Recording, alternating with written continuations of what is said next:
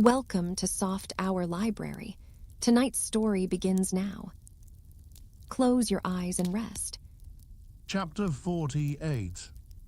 The First Lowering. The phantoms, for so they then seemed, were flitting on the other side of the deck, and with a noiseless celerity were casting loose the tackles and bands of the boat which swung there. This boat had always been deemed one of the spare boats, though technically called the Captain S, on account of its hanging from the starboard quarter. The figure that now stood by its bows was tall and swart, with one white tooth evilly protruding from its steel-like lips. A rumpled Chinese jacket of black cotton funereally invested him, with wide black trousers of the same dark stuff. But strangely crowning this ebonness was a glistening white plaited turban, the living hair braided and coiled round and round upon his head.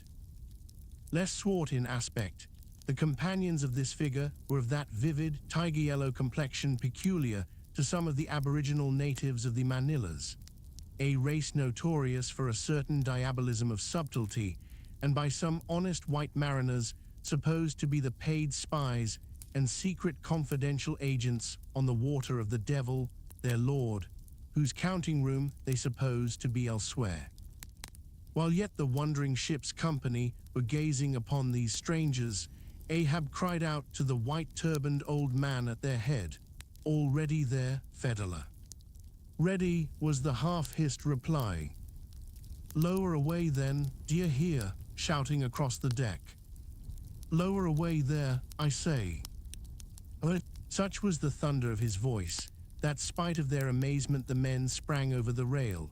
The sheaves whirled round in the blocks.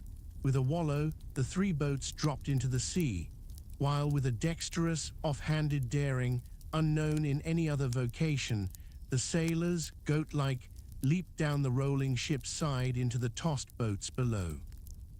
Hardly had they pulled out from under the ship's lee, when a fourth keel, coming from the windward side, pulled round under the stern, and showed the five strangers rowing Ahab, who, standing erect in the stern, loudly hailed Starbuck, Stubb, and Flask to spread themselves widely so as to cover a large expanse of water.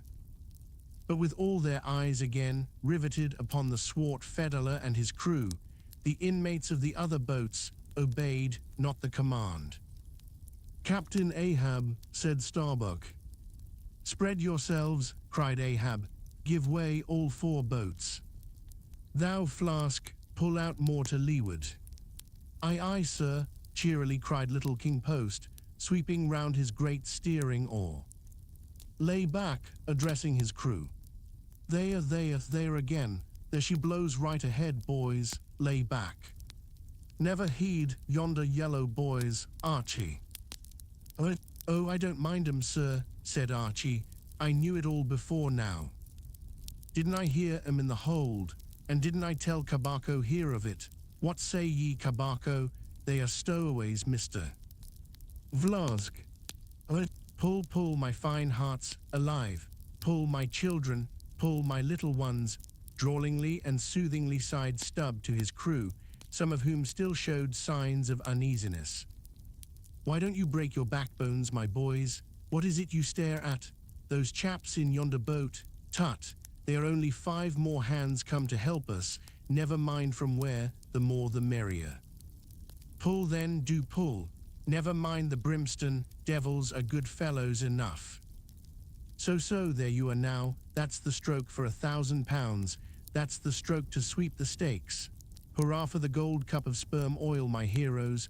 3 cheers, men, all hearts alive. Easy, easy, don't be in a hurry, don't be in a hurry. Why don't you snap your oars, you rascals? Bite something, you dogs. So then, softly, softly, that's it, long and strong. Give way there, give way. The devil fetch ye, ye ragamuffin rapscallions, ye are all asleep. Stop snoring, ye sleepers, and pull. Pull will ye, pull can't ye, pull won't ye? Why in the name of gudgeons and ginger cakes don't ye pull? Pull and break something, pull and start your eyes out. Here, whipping out the sharp knife from his girdle. "Every mother's son of ye draw his knife and pull with the blade between his teeth. That's it, that's it. Now ye do something. That looks like it, my steel bits. Start her, my silver spoons. Start her, marling spikes." Stubbs' exordium to his crew is given here at large, because he had rather a peculiar way of talking to them in general, and especially in inculcating the religion of rowing. But you must not suppose from this specimen of his sermonizings that he ever flew into downright passions with his congregation. Not at all, and therein consisted his chief peculiarity. He would say the most terrific things to his crew, in a tone so strangely compounded of fun and fury, and the fury seemed so calculated merely as a spice to the fun, that no oarsman could hear such queer invocations without pulling for dear life, and yet pulling for the mere joke of the thing. Besides, he all the time looked so easy and indolent himself, so loungingly managed his steering oar, and so broadly gaped, open-mouthed at times, that the mere sight of such a yawning commander, by sheer force of contrast, acted like a charm upon the crew. Then again, Stubb was one of those odd sort of humorists, whose jollity is sometimes so curiously ambiguous as to put all inferiors on their guard in the matter of obeying them. In obedience to a sign from Ahab, Starbuck was now pulling obliquely across Stubbs' bow, and when for a minute or so the two boats were pretty near to each other, Stubb hailed the mate. "Mister." "Starbuck, larboard boat there, ahoy. A word with ye, sir, if ye please." "Halloa," returned Starbuck, turning round not a single inch as he spoke, still earnestly but whisperingly urging his crew, his face set like a flint from Stubb S. "What think ye of those yellow boys, sir? Smuggled on board, somehow, before the ship sailed. Strong, strong boys," in a whisper to his crew, then speaking out loud again. "A sad business, mister. Stubb, seethe her, my lads, but never mind, mister. Stubb, all for the best. Let all your crew pull strong, come what will. Spring, my men, spring. There's hogsheads of sperm ahead, mister. Stubb, and that's what he came for. Pull, my boys, sperm's the play. This at least is duty and profit hand in hand." I thought as much," soliloquized Stubb when the boats diverged. "As soon as I clapped eye on 'em, I thought so. Aye, and that's what he went into the after hold for, so often, as Doughboy long suspected. They were hidden down there. The white whales at the bottom of it. Well, so be it. Can't be helped. All right, give way, men. It ain't the white whale today, give way." Now the advent of these outlandish strangers at such a critical instant as the lowering of the boats from the deck, this had not unreasonably awakened a sort of superstitious amazement in some of the ship's company, but Archie's fancied discovery having some time previous got abroad among them, though indeed not credited then, this had in some small measure prepared them for the event. It took off the extreme edge of their wonder, and so what with all this and Stubbs' confident way of accounting for their appearance, they were for the time freed from superstitious surmisings, though the affair still left abundant room for all manner of wild conjectures as to dark Ahab's precise agency in the matter from the beginning. For me, I silently recalled the mysterious shadows I had seen creeping on board the Pequod during the dim Nantucket dawn, as well as the enigmatical hintings of the unaccountable Elijah. Meantime, Ahab, out of hearing of his officers, having sided the furthest to windward, was still ranging ahead of the other boats, a circumstance bespeaking how potent a crew was pulling him. Those tiger yellow creatures of his seemed all steel and whalebone. Like 5 trip hammers they rose and fell with regular strokes of strength, which periodically started the boat along the water like a horizontal burst boiler out of a Mississippi steamer. As for Fedele, who was seen pulling the harpooner oar, he had thrown aside his black jacket and displayed his naked chest with the whole part of his body above the gunwale, clearly cut against the alternating depressions of the watery horizon, while at the other end of the boat Ahab, with one arm, like a fencer's, thrown half backward into the air, as if to counterbalance any tendency to trip. Ahab was seen steadily managing his steering oar, as in 1,000 boat lowerings, ere the white whale had torn him. All at once, the outstretched arm gave a peculiar motion, and then remained fixed, while the boat's 5 oars were seen simultaneously peaked. Boat and crew sat motionless on the sea. Instantly, the 3 spread boats in the rear paused on their way. The whales had irregularly settled bodily down into the blue, thus giving no distantly discernible token of the movement, though from his closer vicinity Ahab had observed it. "Every man look out along his oars," cried Starbuck. "Thou, Queequeg, stand up." Nimbly springing up on the triangular raised box in the bow, the savage stood erect there, and with intensely eager eyes gazed off towards the spot where the chase had last been descried. Likewise upon the extreme stern of the boat, where it was also triangularly platformed level with the gunwale, Starbuck himself was seen coolly and adroitly balancing himself to the jerking tossings of his chip of a craft, and silently eyeing the vast blue eye of the sea.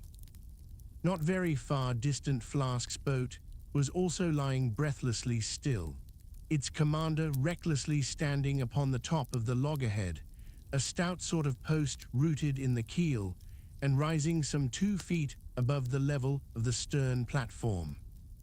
It is used for catching turns with the whale line. Its top is not more spacious than the palm of a man's hand, and standing upon such a base as that, Flask seemed perched at the masthead of some ship which had sunk to all but her trucks. But Little King Post was small and short, and at the same time Little King Post was full of a large and tall ambition, so that this loggerhead standpoint of his did by no means satisfy King Post. "I can't see 3 seas off. Tip us up an oar there and let me on to that." Upon this, Daggoo, with either hand upon the gunwale to steady his way, swiftly slid aft, and then erecting himself volunteered his lofty shoulders for a pedestal. "Good a masthead as any, sir." "Will you mount?" "That I will, and thank ye very much, my fine fellow, only I wish you 50 feet taller." Whereupon, planting his feet firmly against 2 opposite planks of the boat, the gigantic Negro, stooping a little, presented his flat palm to Flask's foot, and then putting Flask's hand on his hearse-plumed head and bidding him spring as he himself should toss, with one dexterous fling landed the little man high and dry on his shoulders. And here was Flask now standing, Daggoo with one lifted arm furnishing him with a breastband to lean against and steady himself by. At any time it is a strange sight to the tyro to see with what wondrous habitude of unconscious skill the whaleman will maintain an erect posture in his boat, even when pitched about by the most riotously perverse and cross-running seas. Still more strange to see him giddily perched upon the loggerhead itself under such circumstances.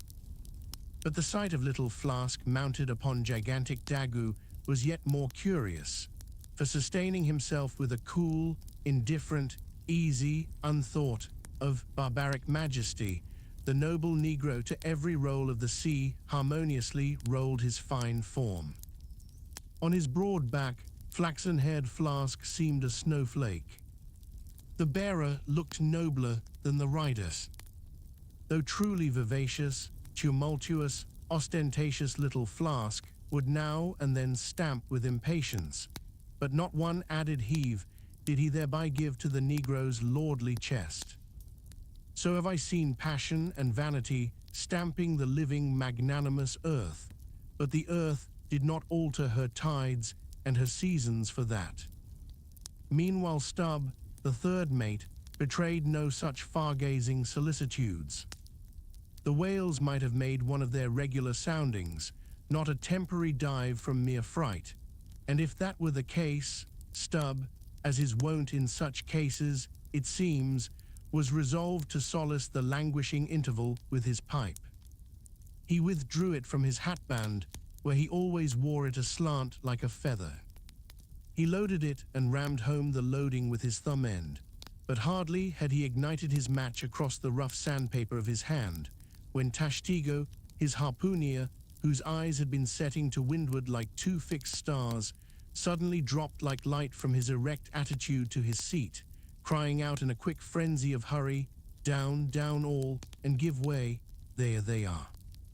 To a landsman, no whale, nor any sign of a herring, would have been visible at that moment. Nothing but a troubled bit of greenish-white water and thin scattered puffs of vapor hovering over it and suffusingly blowing off to leeward, like the confused scud from white rolling billows. The air around suddenly vibrated and tingled, as it were, like the air over intensely heated plates of iron. Beneath this atmospheric waving and curling, and partially beneath a thin layer of water, also the whales were swimming. Seen in advance of all the other indications, the puffs of vapor they spouted seemed their forerunning couriers and detached flying outriders. All four boats were now in keen pursuit of that one spot of troubled water and air. But it bade fair to outstrip them. It flew on and on, as a mass of interblending bubbles borne down a rapid stream from the hills. "Pull, pull, my good boys," said Starbuck, in the lowest possible but intensest concentrated whisper to his men, while the sharp fixed glance from his eyes darted straight ahead of the bow, almost seemed as two visible needles in two unerring binnacle compasses. He did not say much to his crew, though, nor did his crew say anything to him. Only the silence of the boat was at intervals startlingly pierced by one of his peculiar whispers, now harsh with command, now soft with entreaty. How different the loud little king post. "Sing out and say something, my hearties. Roar and pull, my thunderbolts. Beach me on their black backs, boys. Only do that for me, and I'll sign over to you my Martha's Vineyard plantation, boys, including wife and children, boys. Lay me on, oh Lord, Lord, but I shall go stark, staring mad. See that white water." And so shouting, he pulled his hat from his head and stamped up and down on it, then picking it up, flirted it far off upon the sea, and finally fell to rearing and plunging in the boat's stern like a crazed colt from the prairie. "Look at that chap now," philosophically drawled Stubb, who, with his unlighted short pipe mechanically retained between his teeth at a short distance, followed after "He's got fits, that Flask has." "Fits, yes, give him fits. That's the very word, pitch fits into 'em. Merrily, merrily, hearts alive. Pudding for supper, you know, merry's the word. Pull, babes, pull, sucklings, pull. But what the devil are you hurrying about? Softly, softly and steadily, my men. Only pull and keep pulling, nothing more. Crack all your backbones and bite your knives in two, that's all. Take it easy. Why don't you take it easy, I say, and burst all your livers and lungs?" But what it was that inscrutable Ahab said to that tiger-yellow crew of his, these were words best omitted here, for you live under the blessed light of the evangelical land. Only the infidel sharks in the audacious seas may give ear to such words, when, with tornado brow and eyes of red murder and foam-glued lips, Ahab leaped after his prey. Meanwhile, all the boats tore on. The repeated specific allusions of Flask to that whale, as he called the fictitious monster which he declared to be incessantly tantalizing his boat's bow with its tail, These illusions of his were at times so vivid and lifelike that they would cause some one or two of his men to snatch a fearful look over the shoulder. But this was against all rule, for the oarsmen must put out their eyes and ram a skewer through their necks, usage pronouncing that they must have no organs but ears and no limbs but arms in these critical moments. It was a sight full of quick wonder and awe.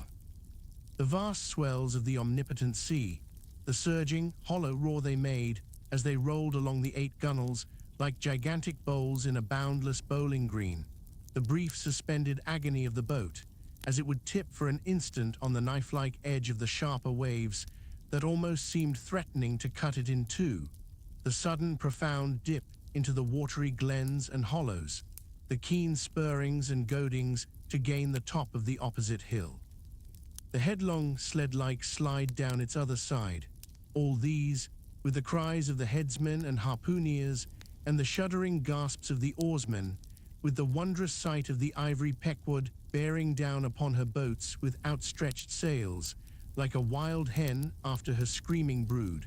All this was thrilling. Not the raw recruit, marching from the bosom of his wife into the fever heat of his first battle, not the dead man's ghost encountering the first unknown phantom in the other world. Neither of these can feel stranger and stronger emotions than that man does, who for the first time finds himself pulling into the charmed, churned circle of the hunted sperm whale. The dancing white water made by the chase was now becoming more and more visible, owing to the increasing darkness of the dun cloud shadows flung upon the sea. The jets of vapor no longer blended, but tilted everywhere to right and left. The whales seemed separating their wakes. The boats were pulled more apart, Starbuck giving chase to 3 whales running dead to leeward.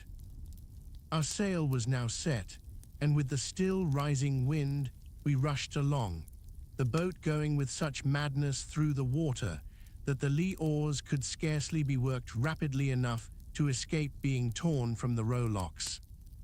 Soon we were running through a suffusing wide veil of mist, neither ship nor boat to be seen.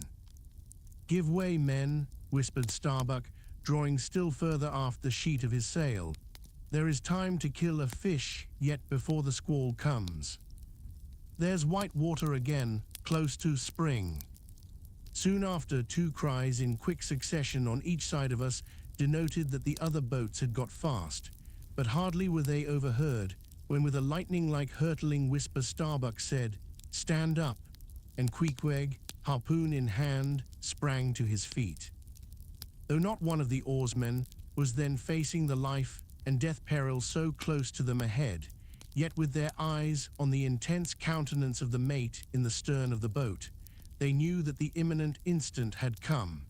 They heard, too, an enormous wallowing sound as of 50 elephants stirring in their litter. Meanwhile, the boat was still booming through the mist, the waves curling and hissing around us like the erected crests of enraged serpents. "That's his hump. There, give it to him," whispered Starbuck. A short rushing sound leaped out of the boat. It was the darted iron of Queequeg. Then all in one welded commotion came an invisible push from astern, while forward the boat seemed striking on a ledge. The sail collapsed and exploded. A gush of scalding vapor shot up nearby. Something rolled and tumbled like an earthquake beneath us. The whole crew were half suffocated as they were tossed helter-skelter into the white curdling cream of the squall. Squall, whale, and harpoon had all blended together, and the whale, merely grazed by the iron, escaped. Though completely swamped, the boat was nearly unharmed. Swimming round it, we picked up the floating oars, and lashing them across the gunwale, tumbled back to our places. There we sat up to our knees in the sea, the water covering every rib and plank, so that to our downward-gazing eyes, the suspended craft seemed a coral boat grown up to us from the bottom of the ocean. The wind increased to a howl, The waves dashed their bucklers together. The whole squall roared, forked, and crackled around us like a white fire upon the prairie, in which unconsumed we were burning, immortal in these jaws of death. In vain we hailed the other boats, as well roar to the live coals down the chimney of a flaming furnace as hail those boats in that storm. Meanwhile the driving scud, rack and mist grew darker with the shadows of night. No sign of the ship could be seen. The rising sea forbade all attempts to bail out the boat. The oars were useless as propellers, performing now the office of life preservers. So, cutting the lashing of the waterproof match keg, after many failures, Starbuck contrived to ignite the lamp in the lantern. Then, stretching it on a waif pole, handed it to Queequeg as the standard-bearer of this forlorn hope. There then he sat, holding up that imbecile candle in the heart of that almighty forlornness. There then he sat, the sign and symbol of a man without faith, hopelessly holding up hope in the midst of despair. Wet, drenched through, and shivering cold, despairing of ship or boat, we lifted up our eyes as the dawn came on. The mist still spread over the sea. The empty lantern lay crushed in the bottom of the boat. Suddenly Queequeg started to his feet, hollowing his hand to his ear. We all heard a faint creaking, as of ropes and yards hitherto muffled by the storm. The sound came nearer and nearer. The thick mists were dimly parted by a huge, vague form. Affrighted, we all sprang into the sea as the ship at last loomed into view, bearing right down upon us within a distance of not much more than its length. Floating on the waves, we saw the abandoned boat, as for one instant it tossed and gaped beneath the ship's bows like a chip at the base of a cataract, and then the vast hull rolled over it, and it was seen no more till it came up weltering astern. Again we swam for it, were dashed against it by the seas, and were at last taken up and safely landed on board. Ere the squall came close to, the other boats had cut loose from their fish and returned to the ship in good time.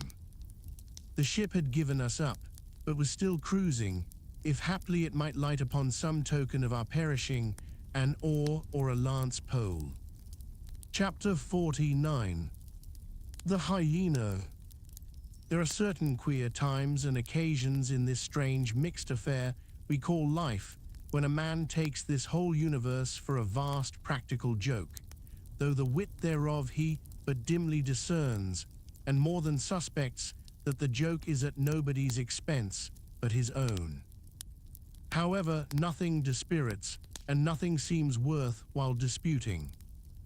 He bolts down all events, all creeds and beliefs and persuasions, all hard things visible and invisible, never mind how knobby, as an ostrich of potent digestion gobbles down bullets and gun flints. And as for small difficulties and worryings, prospects of sudden disaster, peril of life and limb, all these and death itself seem to him only sly, good-natured hits and jolly punches in the side bestowed by the unseen and unaccountable old joker. That odd sort of wayward mood I am speaking of comes over a man only in some time of extreme tribulation. It comes in the very midst of his earnestness, so that what just before might have seemed to him a thing most momentous, now seems but a part of the general joke. There is nothing like the perils of whaling to breed this free and easy sort of genial, desperado philosophy, and with it I now regarded this whole voyage of the Pequod, and the great white whale its object. Queequeg, said I, when they had dragged me, the last man, to the deck, and I was still shaking myself in my jacket to fling off the water. Queequeg, my fine friend, does this sort of thing often happen? Without much emotion, though soaked through just like me, he gave me to understand that such things did often happen. Mr. Stubb, said I, turning to that worthy, who, buttoned up in his oil jacket, was now calmly smoking his pipe in the rain. Mr. Stubb, I think I have heard you say that of all whalemen you ever met, our chief mate, Mr. Starbuck, is by far the most careful and prudent. I suppose, then, that going plump on a flying whale with your sail set in a foggy squall is the height of a whaleman's discretion. Certain.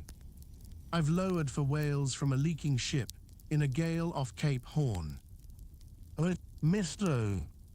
Flask, said I, turning to little King Post, who was standing close by, you are experienced in these things, and I am not. Will you tell me whether it is an unalterable law in this fishery, Mr. Flask, for an oarsman to break his own back, pulling himself back foremost into death's jaws? Can't you twist that smaller, said Flask. Yes, that's the law. I should like to see a boat's crew backing water up to a whale face foremost. Ha ha, the whale would give them squint for squint, mind that. Here then, from 3 impartial witnesses, I had a deliberate statement of the entire case.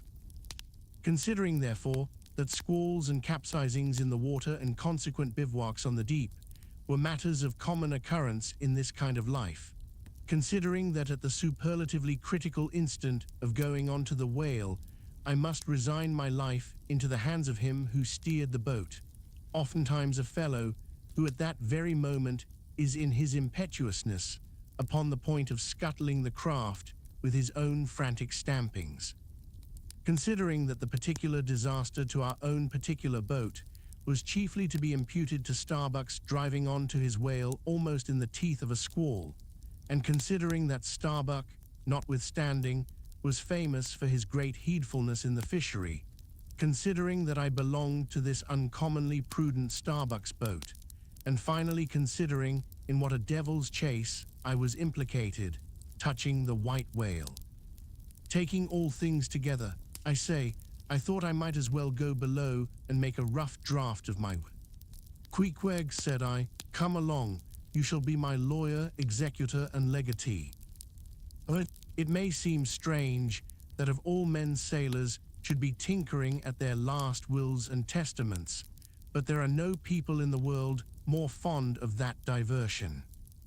This was the 4th time in my nautical life that I had done the same thing. After the ceremony was concluded upon the present occasion, I felt all the easier. A stone was rolled away from my heart. Besides, all the days I should now live would be as good as the days that Lazarus lived after his resurrection, a supplementary clean gain of so many months or weeks, as the case might be. I survived myself. My death and burial were locked up in my chest. I looked round me tranquilly and contentedly, like a quiet ghost with a clean conscience, sitting inside the bars of a snug family vault. Now then, thought I, unconsciously rolling up the sleeves of my frock, here goes for a cool, collected dive at death and destruction, and the devil fetch the hindmost. Chapter 50. Ahab's Boat and Crew. Fedalu. Who would have thought it, Flask, cried Stubb. If I had but one leg you would not catch me in a boat, unless maybe to stop the plug hole with my timber toe. Oh, he's a wonderful old man. I don't think it's so strange, after all, on that account, said Flask. If his leg were off at the hip, now, it would be a different thing. That would disable him, but he has one knee and good part of the other left, you know. I don't know that, my little man. I never yet saw him kneel. Among whale-wise people, it has often been argued whether, considering the paramount importance of his life to the success of the voyage, it is right for a whaling captain to jeopardize that life in the active perils of the chase. So Tamerlane's soldiers often argued with tears in their eyes, whether that invaluable life of his ought to be carried into the thickest of the fight. But with Ahab, the question assumed a modified aspect.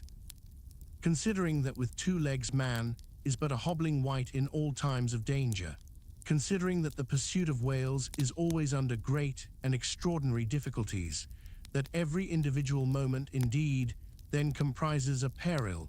Under these circumstances, is it wise for any maimed man to enter a whaleboat in the hunt? As a general thing, the joint owners of the Pequod must have plainly thought not. Ahab well knew that although his friends at home would think little of his entering a boat in certain comparatively harmless vicissitudes of the chase, for the sake of being near the scene of action and giving his orders in person, yet for Captain Ahab to have a boat actually apportioned to him as a regular headsman in the hunt, above all for Captain Ahab to be supplied with 5 extra men, as that same boat's crew, he well knew that such generous conceits never entered the heads of the owners of the Pequod.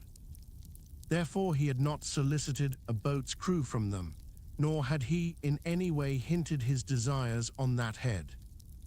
Nevertheless, he had taken private measures of his own touching all that matter.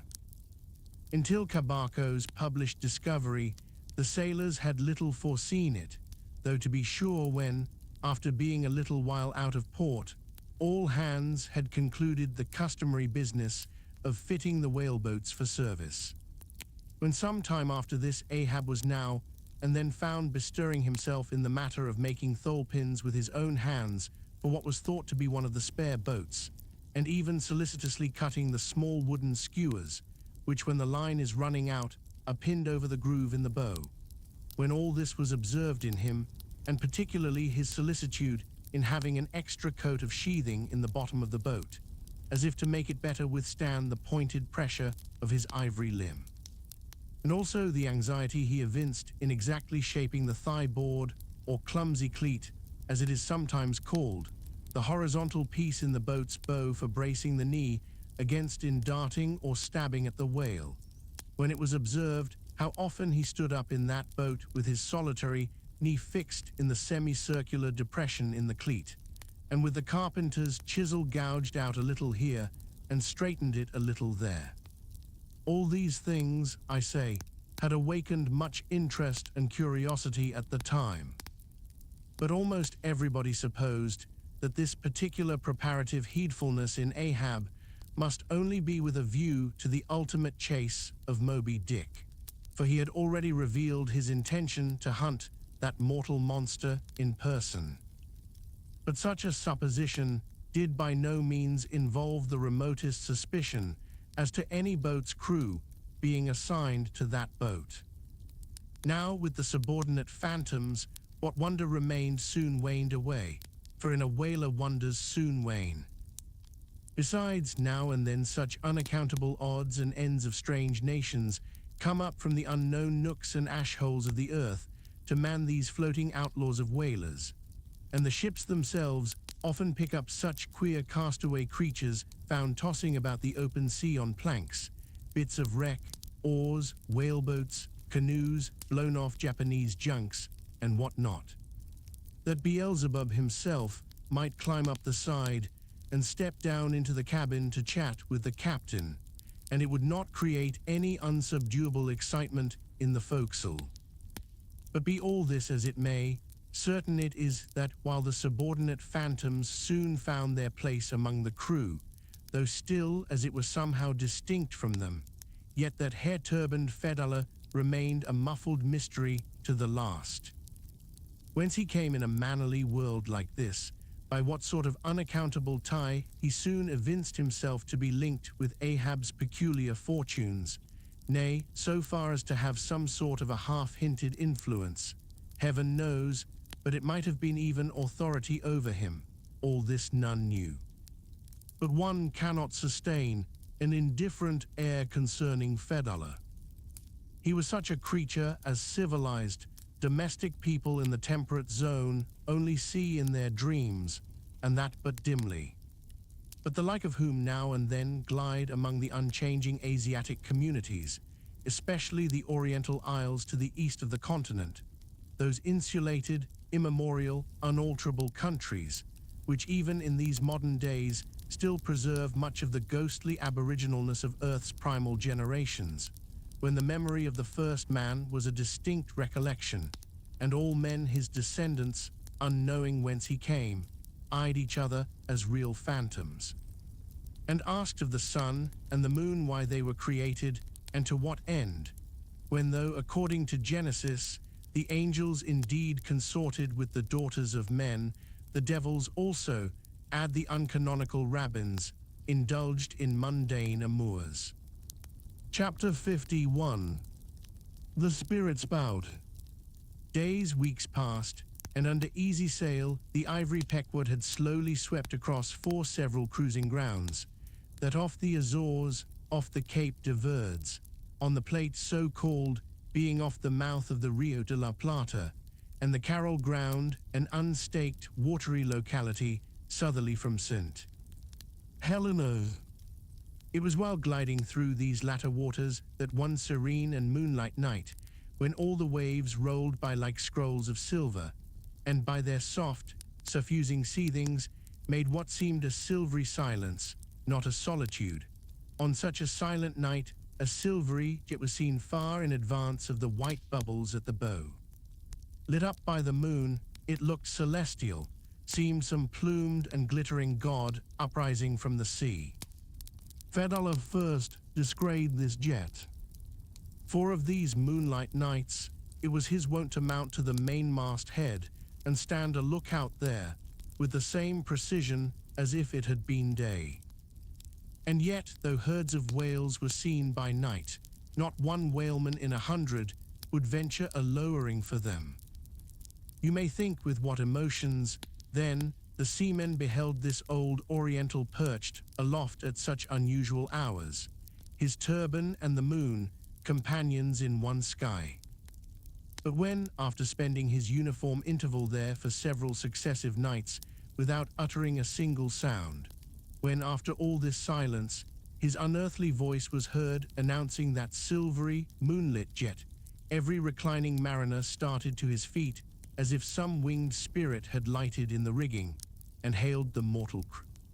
There she blows. Had the trump of judgment blown, they could not have quivered more, yet still they felt no terror, rather pleasure. For though it was a most unwonted hour, yet so impressive was the cry and so deliriously exciting that almost every soul on board instinctively desired a lowering. Walking the deck with quick, side-lunging strides, Ahab commanded the t-gallant sails and royals to be set, and every stunsail spread.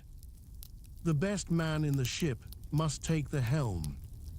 Then, with every masthead manned, the piled-up craft rolled down before the wind. The strange, upheaving, lifting tendency of the taffrail breeze filling the hollows of so many sails made the buoyant, hovering deck to feel like air beneath the feet, while still she rushed along, as if 2 antagonistic influences were struggling in her, one to mount direct to heaven, the other to drive yawingly to some horizontal goal. And had you watched Ahab's face that night, you would have thought that in him also 2 different things were warring. While his one live leg made lively echoes along the deck, every stroke of his dead limb sounded like a coffin tap. On life and death, this old man walked. But though the ship so swiftly sped, and though from every eye, like arrows, the eager glances shot, yet the silvery jet was no more seen that night. Every sailor swore he saw it once, but not a second time.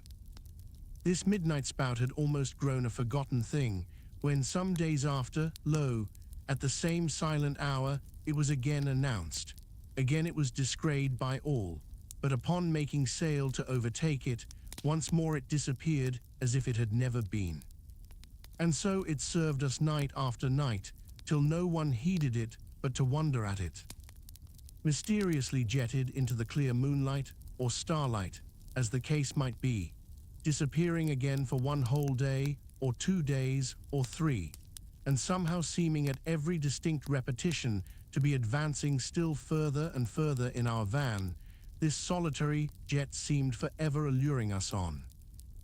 Nor with the immemorial superstition of their race, and in accordance with the preternaturalness, as it seemed, which in many things invested the Pequod, were there wanting some of the seamen who swore that whenever and wherever descried, at however remote times or in however far apart latitudes and longitudes, that unnearable spout was cast by one self-same whale, and that whale Moby-Dick.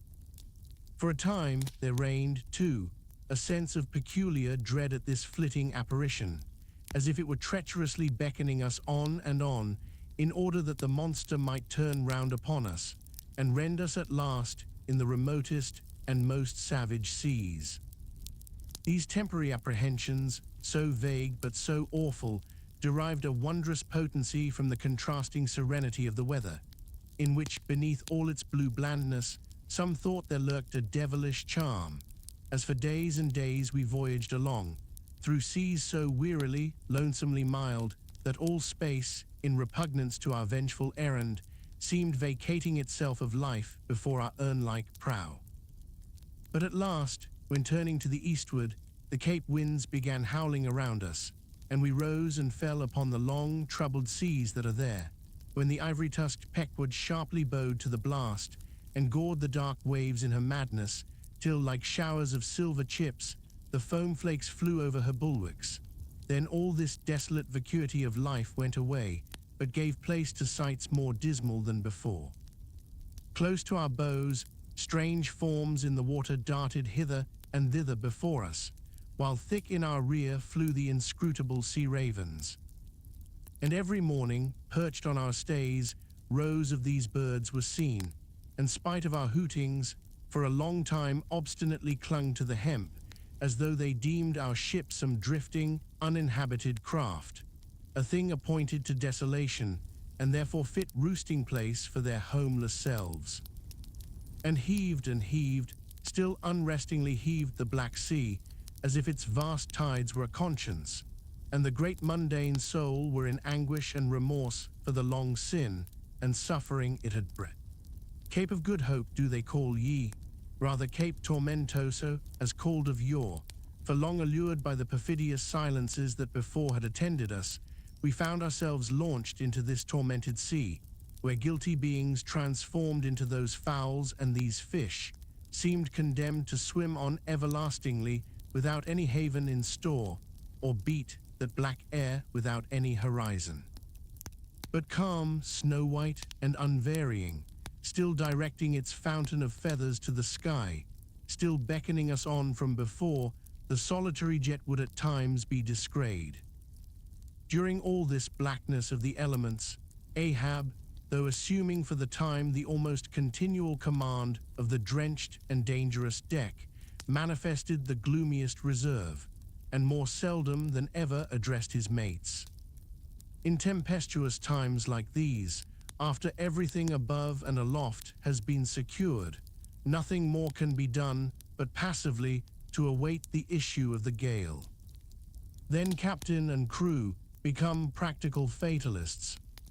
So with his ivory leg inserted into its accustomed hole, and with one hand firmly grasping a shroud, Ahab for hours and hours would stand gazing dead to windward, while an occasional squall of sleet or snow would all but congeal his very eyelashes together.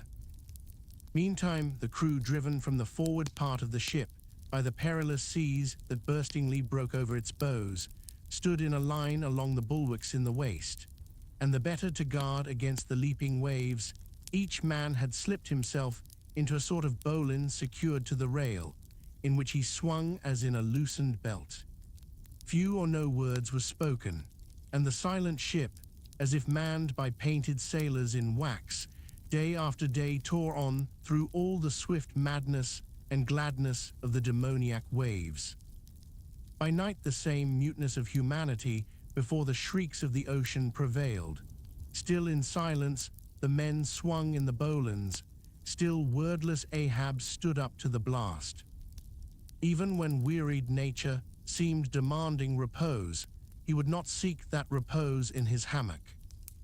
Never could Starbuck forget the old man's aspect, when one night going down into the cabin to mark how the barometer stood, he saw him with closed eyes sitting straight in his floor-screwed chair, the rain and half-melted sleet of the storm from which he had some time before emerged, still slowly dripping from the unremoved hat and coat.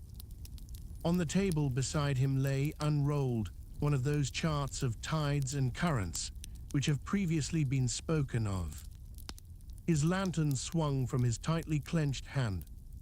Though the body was erect, the head was thrown back so that the closed eyes were pointed towards the needle of the telltale that swung from a beam in the ceiling. The cabin compass is called the telltale because without going to the compass at the helm, the captain, while below, can inform himself of the course of the ship. Terrible old man, thought Starbuck with a shudder, sleeping in this gale, still thou steadfastly eyest thy purpose.